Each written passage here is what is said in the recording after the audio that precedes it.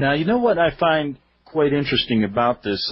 About 25 years ago, I was a reporter and a freelance writer in Rome, and I spent 6 years there. I walked through the Vatican many, many times, hundreds of times, covered the papal addresses, things like that. And during that time I was there during a Vatican scandal, which involved the church bank and other things, members of the Illuminati, the Freemasons. I was approached by a woman on Via Veneto. I'll never forget this. Rome's a small town, and people knew I was covering stories about the secret societies, things like that, because I had to ask people. Well, this woman came up to me and told me similar stories. She wasn't quite as specific because she couldn't handle it. She would break out crying. Yeah. And had tried to commit suicide twice because she couldn't get out of the Illuminati. She was a member, she was, again, born into it, a very wealthy northern Italian family. And she told me basically the same ceremony took place with her. And so when I started talking to you, I wanted to relay that to you and to also relate to my listeners that I heard about this 25 years ago from a woman by the name of Maria and many other people, several other people in Italy that I talked to.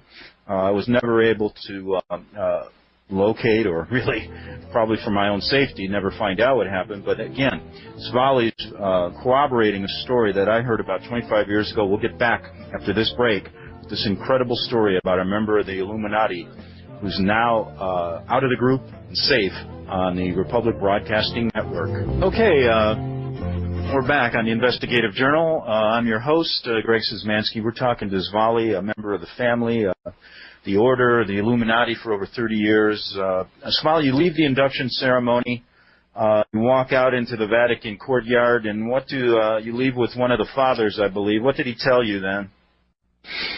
At that point, he just told me to never forget that, he told me that I performed well during the ceremony because I didn't scream or, pass out or anything like that. So he said, you did very well, and he was pleased. And then we went and stayed at a home nearby, a local, it must have been a local person. I didn't know them. We spent the night there before we went back to Germany. Okay, and what about the other people during the ceremony? How did they handle themselves? Do you remember? I'm going to say, unfortunately, I'm so, and when you're in that kind of situation, the last thing you're thinking about sometimes is what the other people are doing. I was just so trying to not, lose it myself. And that I do know that, no one screamed or shouted, or anything like that. Everyone was quiet. I think to say dead silence is, unless the person was spoken to, is true, or unless they had to go forward and kiss the ring. All right, let's move on. I think the question I wanted to ask you, and this is such a wide subject. I've had a chance to talk to you a number of days, and I've done some stories about it. You go back home. You're 12 years old. You said you were schooled into 12 disciplines. So your life begins. And now you're in some type of organization that is very different than what most people experience. But tell us, I guess what I want to do is leave it open to you to begin. You've written so in depth on this story. I'm just going to give you the microphone and let you begin and tell the listeners what you think is important about your original training, about the group, and about many things that I know people want to know about the Illuminati. Go ahead. Okay. Well, Greg, first I want to say that my purpose in talking about this is not to glorify evil, because there are very wicked people out there, very powerful people. And I don't want to at all magnify their power, but I do want people to know that this is real, that these people exist, that people who say there are people out there that are involved in these activities, it really happens. I also, because I know that there are children being hurt in the group every day, and that's my motivation for coming forward. I don't like giving interviews for obvious reasons. I'm willing this one time to lay aside my thoughts of personal safety because these people need to be stopped. It needs to be stopped. Okay. Well, go ahead.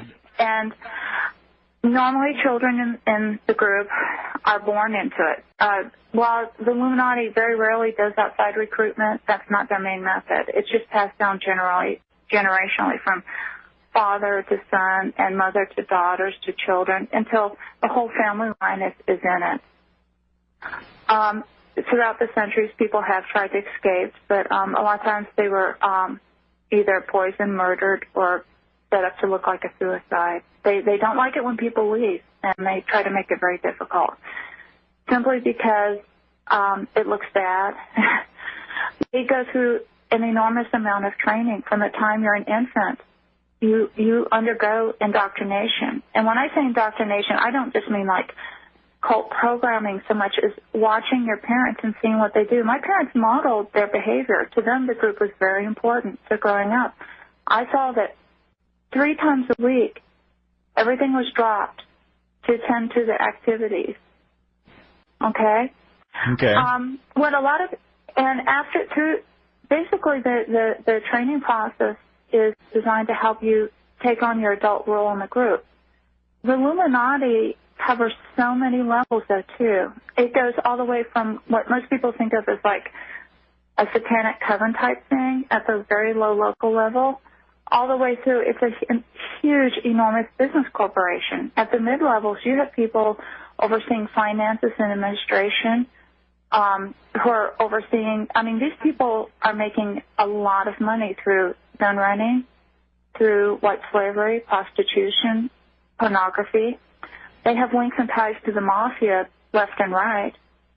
And, in fact, the mafia are afraid of them. Yeah. Well, think about it. I mean, you know, but because they know that you don't cross the members of the group. They have a very spiritual orientation. They're not satanic, though. They're Luciferian, which is a difference. But the ultimate goal of their spiritual philosophy and their steps of discipline is they believe that should you complete all of your training, that you become a god. That is their actual end goal. Is they believe in the achievement of godhood, of the luminous philosophy, through different means, through what they call enlightenment or illumination, which is how they got their name. They're international. In Europe, there's 12 fathers who sit that represent the different nations of Europe. They are very expectantly awaiting he who is to come. And during that ceremony in the Vatican, I on my knees, I had to swear my allegiance to serve he who is to come. They believe. Svali, can you? I have to take a break. We'll continue with the massive organization. Your role as a mid-level person in the Illuminati on the Republic Broadcasting Network. Okay, we're back on the Investigative Journal, and I'm talking with Svali. Svali, why don't we just pick it right up where we left off at the break? You were telling us about this hierarchy that starts with 12 fathers. Can you just run that down for us so people know exactly how this group's organized? Sure. At the top levels, it's in Rome. That's the center or the heart of the Illuminati. That's where the power base is. And that's why all leadership must swear fealty in Rome, because that's considered the core of the spiritual center of the universe, is how they view it. From there, in Europe, there are 12 fathers, one for each country in Europe. When I was younger, too, I had to also meet with the fathers at one point and kiss their rings and go through another ceremony of allegiance to them as well. There's in the Illuminati, the European fathers, though, rule over what are called the different houses. For instance, if you're from Germany, then you belong to the German house. If you're from France, you belong to the French house. They call them houses. UK, Russia, Poland, Belgium, Spain, Italy, and others.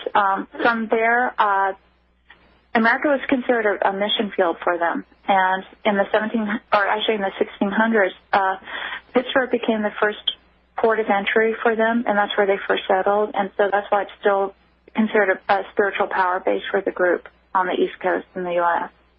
You know, and I did want to mention one thing. And a caller or a listener, a reader of your stories, sent me an email, said, Greg, check into the reason why Bush